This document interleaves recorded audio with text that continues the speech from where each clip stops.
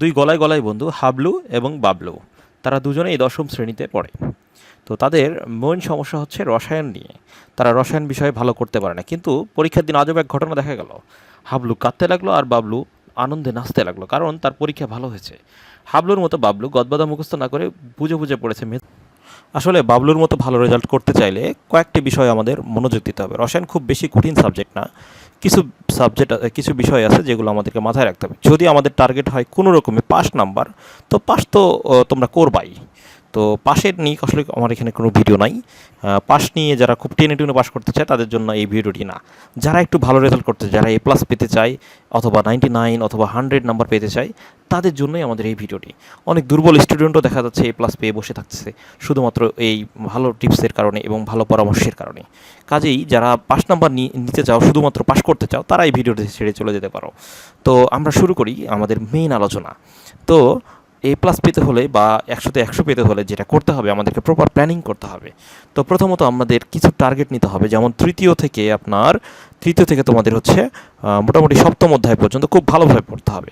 কারণ এখানে কয়টা অধ্যায় আছে? টোটাল 5টা অধ্যায়। এই 5টা অধ্যায় থেকে তোমার হচ্ছে 3 থেকে 4টা কোশ্চিন হয়ে থাকবে। 3 থেকে 4টা কোশ্চিন তুমি কমন পেয়ে যেতে পারো। ধরলাম তুমি 3টা কোশ্চিনই কমন পেলা, এবং 1 ও 2 থেকে দেখা যাচ্ছে যে তুমি একটা কোশ্চিন কমন পেলেও পেতে পারো, আবার নাও পেতে পারো। 1 অথবা 0টি কোশ্চিন পেতে পারো, বা 2-একটা MCQ তুমি এখানে পেতে পারো। তারপরে তোমার অষ্টম এবং নবম থেকে তুমি হচ্ছে দুইটা বা একটা কোশ্চিন তুমি পেতে পারো কমন।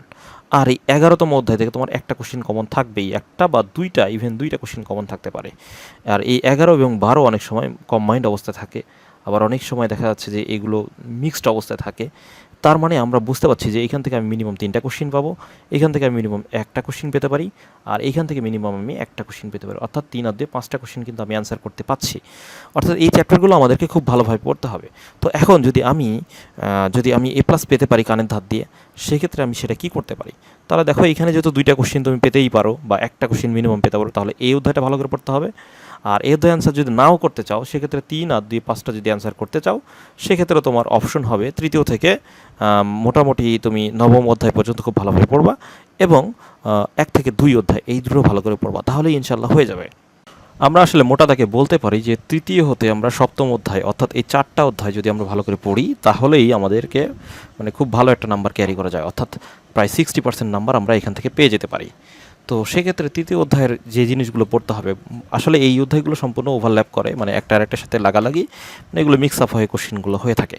তো সেক্ষেত্রে আমাদের যে জিনিসগুলো করতে হবে, প্রথমত আমাদের যোজনী সম্পর্কে ভালো ধারণা রাখতে হবে। যোজনী সম্পর্কে ভালো ধারণা রাখতে হবে। এরপরে হচ্ছে ইলেকট্রন